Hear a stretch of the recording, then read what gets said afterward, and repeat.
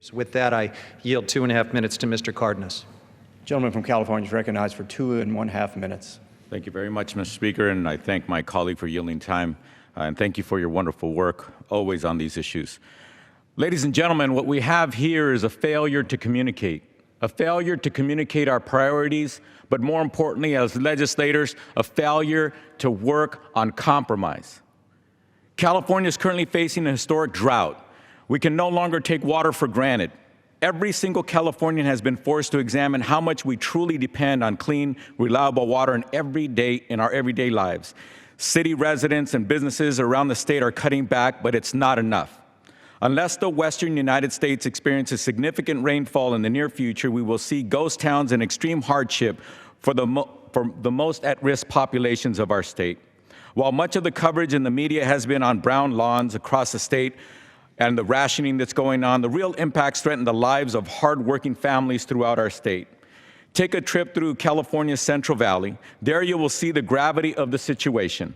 You'll see unemployment rates double or triple the national average, forcing families into makeshift dwellings that remind us of the Hoovervilles during the Dust Bowl.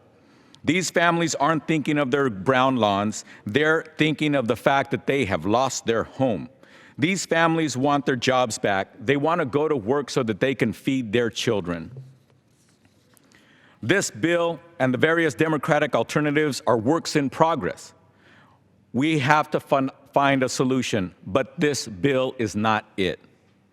If we are serious about facing the challenges our constituents sent us here to solve, I'm ready and willing to work with you and with you to make the necessary tough decisions and compromises.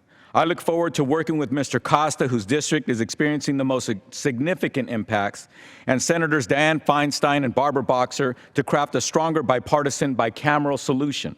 We have no choice but to find better ways to capture and transport water in all parts of the state to meet the needs of the people and our economy, while protecting the environment and delicate species. We must not use this time of need as a way to pick partisan fights.